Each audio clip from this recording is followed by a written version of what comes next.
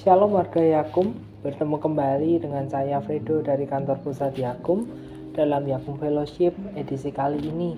Kita akan bersama-sama merenungkan firman Tuhan sebagai landasan kita bekerja. Mari kita berdoa untuk menyiapkan hati dan pikiran kita.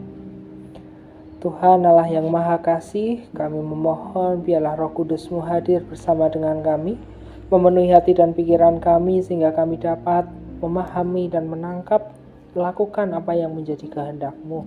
Biarlah firman-Mu selalu menjadi penerang di dalam kehidupan kami. Dalam nama Tuhan kami Yesus Kristus kami berdoa. Amin. Firman Tuhan pada kali ini diambil dari kitab Yesaya pasal 48 ayat yang ke-8 sampai dengan yang ke-13. Yesaya 48 ayat yang ke-8 sampai dengan yang ke-13. Engkau tidak mendengarnya ataupun mengetahuinya, juga telingamu tidak terbuka dari sejak dahulu. Tetapi aku telah mengetahui bahwa engkau berbuat khianat sekeji-kejinya, dan bahwa orang menyebutkan engkau memberontak sejak dari kandungan. Oleh karena namaku, aku menahan amarahku, dan oleh karena kemasyuranku, aku mengasihani engkau, sehingga aku tidak melenyapkan engkau. Sesungguhnya aku telah memurnikan engkau, namun bukan seperti perak, tapi aku telah menguji engkau dalam dapur kesengsaraan. Aku akan melakukannya oleh karena aku sendiri, sebab masakan namaku akan dinajiskan. Aku tidak akan memberikan kemuliaanku kepada yang lain. Dengarkanlah aku, hai Yakub, dan engkau Israel yang kupanggil. Akulah yang tetap sama, akulah yang terdahulu, aku juga yang terkemudian. Tanganku juga meletakkan dasar bumi, dan tangan kananku membentangkan langit ketika aku menyebut namanya semua bermunculan.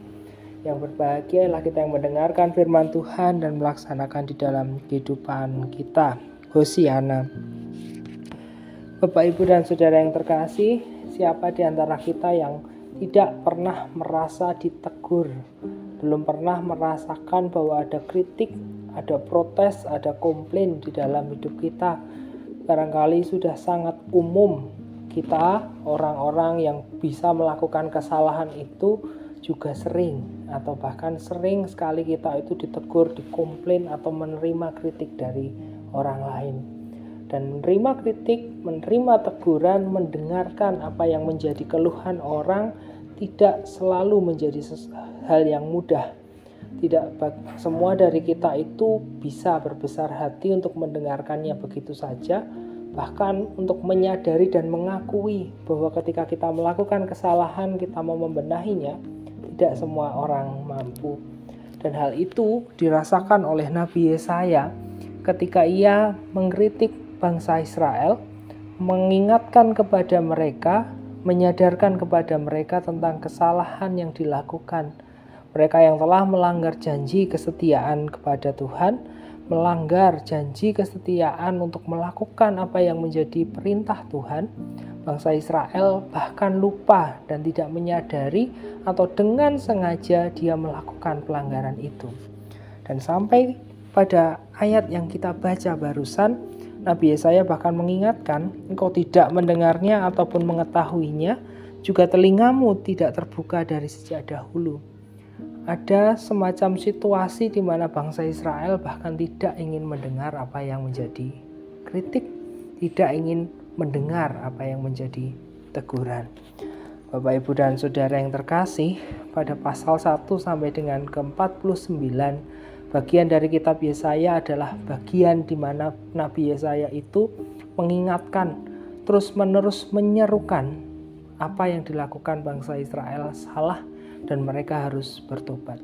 Tapi sampai pada menjelang bagian akhir dari bagian pertama kitab Yesaya ini, pada pasal ke-48, Yesaya masih menemukan bahwa bangsa Israel belum juga bertobat.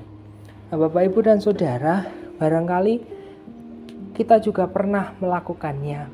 Ketika ada teguran, ada kritik, kita tidak lantas mudah menerimanya karena bisa jadi kita merasa kita tidak melakukan kesalahan.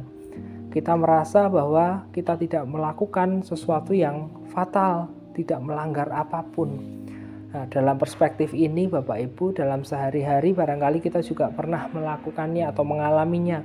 Ketika dengan perspektif kita, keyakinan kita, keahlian kita, kompetensi kita, profesi kita masing-masing yang membentuk paradigma cara kita berlaku, cara kita melakukan tugas-tugas, kita sudah merasa bahwa apa yang kita kerjakan, apa yang kita lakukan itu benar. Dengan paradigma, dengan keyakinan tertentu, kita merasa bahwa diri kita sudah benar. Dan seringkali ini memunculkan konflik di sana-sini. Ketika ada orang yang merasa ada berpandangan berbeda, ada orang yang merasa bahwa ada sesuatu yang tidak akan sama ketika mengamati atau ketika menyikapi suatu keadaan. Kita sehari-hari lumrah kalau berdebat dengan orang lain yang berpemikiran, latar belakang, atau dengan penghayatan iman yang berbeda. Tetapi bukan soal bahwa perdebatan itu adalah hal yang baik, tetapi di sini teguran jelas-jelas diarahkan kepada orang yang melakukan kesalahan. Teguran yang jelas-jelas disampaikan kepada orang-orang yang sudah berkhianat, disebutkan bahkan berkhianat sekeji-kejinya. Orang merasa bahwa sebelum dia mengalami kesialan lalu menganggap bahwa kesalahan itu tidak ada masalah gitu. Tidak ada yang salah dari apa yang dilakukannya. Tetapi di sini diingatkan bahwa kita tidak tertimpa kesialan atau tidak tertimpa malapetaka ya karena memang Allah menghendakinya. Meskipun kita sudah melakukan pengkhianatan sekalipun, kalau Tuhan memang menghendaki supaya kita itu terus-menerus diuji, untuk terus-menerus menguji diri kita melakukan apa yang menjadi kehendak Tuhan atau tidak, itu bukan karena kita tidak melakukan kesalahan, tapi memang karena Tuhan menghendakinya.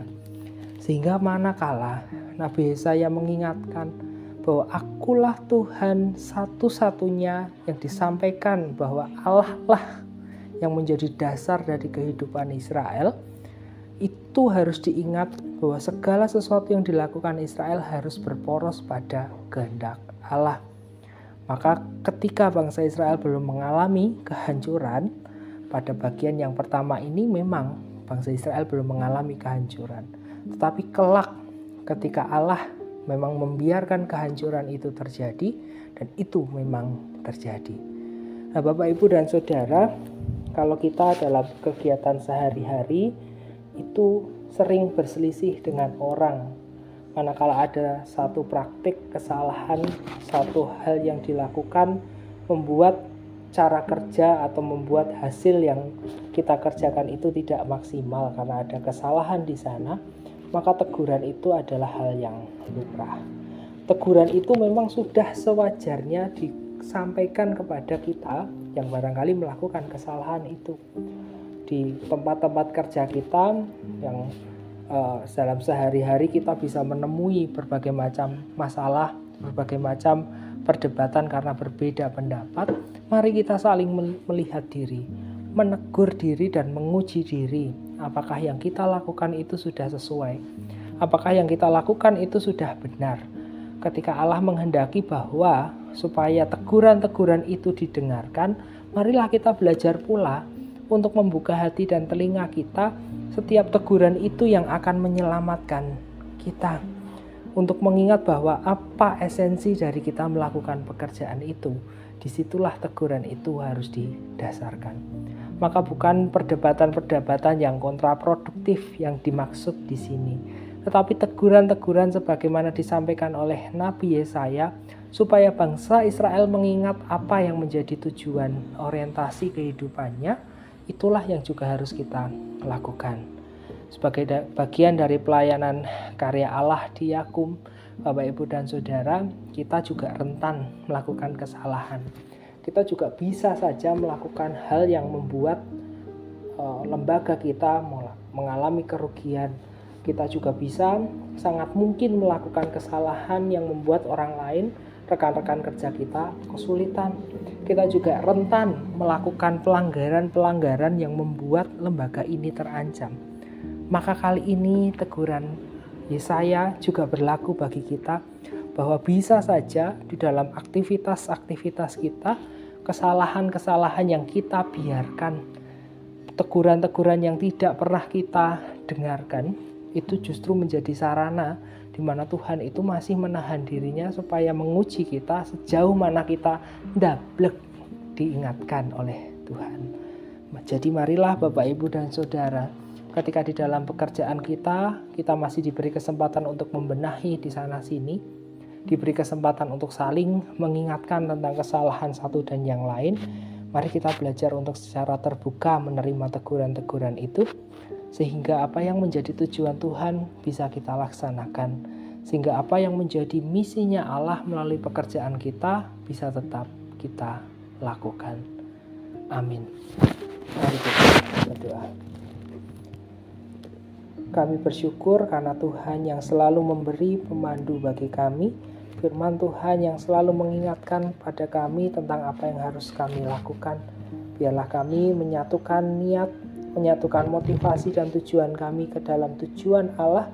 Biarlah melalui setiap kerja keras dan upaya-upaya yang kami lakukan untuk membenahi pekerjaan-pekerjaan kami dapat menjadi sarana lembaga ini bertumbuh dan berkembang demi kemuliaan Tuhan. Kami ingin serahkan segala pergumulan, segala proses yang terjadi. Kami ingin serahkan setiap orang yang terlibat di dalam pekerjaan kami, dan setiap orang yang terlibat dalam pekerjaan Allah melalui Yakum, lembagamu ini. Biarlah Tuhan yang selalu memberkati dan memberikan kami kekuatan. Dalam nama Tuhan kami, Yesus Kristus, kami berdoa. Amin.